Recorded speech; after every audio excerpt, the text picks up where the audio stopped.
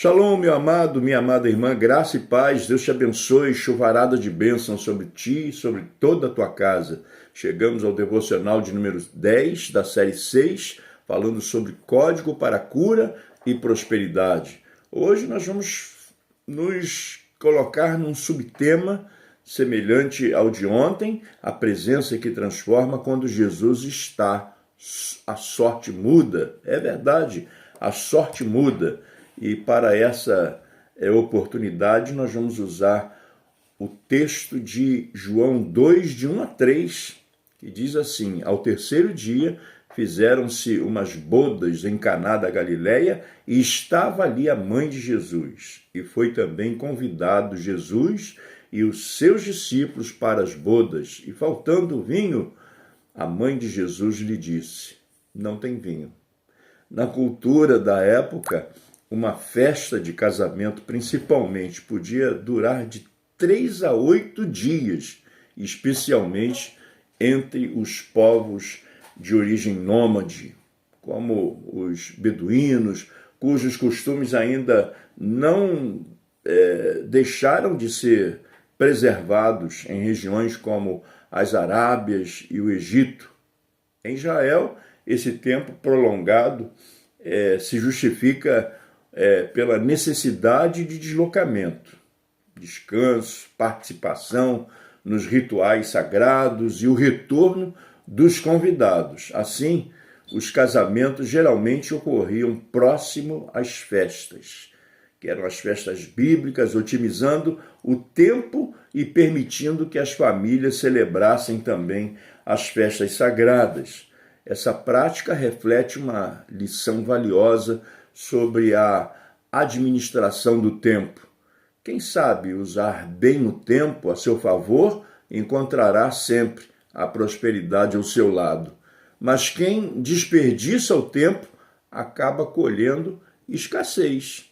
O casamento era considerado sagrado por duas razões principais. Primeiro, por seu valor espiritual. Segundo, porque representava uma aliança não apenas entre os noivos, mas entre as famílias e suas futuras gerações. Algo muitas vezes esquecido pela cultura ocidental. A tradição nômade que Israel vivenciou por 40 anos e preservou por muito tempo incluía normas religiosas que eram rigorosas. Por exemplo, os casamentos não poderiam contrariar a fé, nem o status social, e exigiam o pagamento de um dote por parte do pai do noivo, mesmo quando o pai era pobre e a família da noiva rica. Um dote simbólico era oferecido como obrigação cultural. Esse compromisso era formalizado por meio da ketubá, que é um contrato assinado diante da tribo que se tornava irrevogável. Após a assinatura do ketubá, o tempo entre o compromisso e a festa podia ser longo para que os recursos fossem reunidos. E culturalmente, a festa ocorria na casa do pai do noivo, diferentemente da prática ocidental. Nessa visão, o noivo era o maior presente da cerimônia. Tudo girava em torno dele e não da noiva, como é comum nos dias de hoje.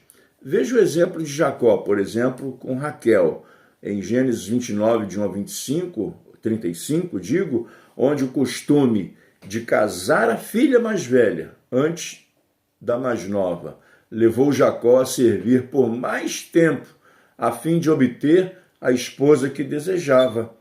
Essa história revela o poder de um casamento e o valor de uma aliança.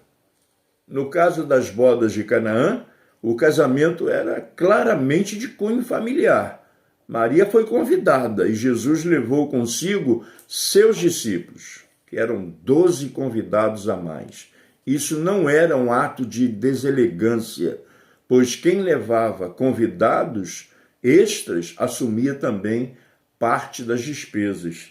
Jesus, ao levar sua equipe, não sobrecarregou o noivo, mas mudou a sorte daquele homem, promovendo que alegria coletiva e evitando uma situação vergonhosa.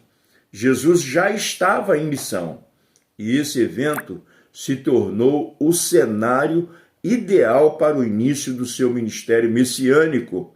A mudança de sorte daquele noivo demonstra que quando Jesus entra em uma história, pessoas e geografias são impactadas. E sua presença, então, gera prosperidade e gera transformação, como é assim até os dias de hoje, pois na nossa vida, Jesus entrou e trouxe mudanças, trouxe transformação. Não é verdade? Que Deus te abençoe abundantemente e que essa palavra sirva de crescimento, meditação, reflexão e que nós possamos ser abençoados. Shalom, até o devocional de número 11. Graça e paz. Shalom.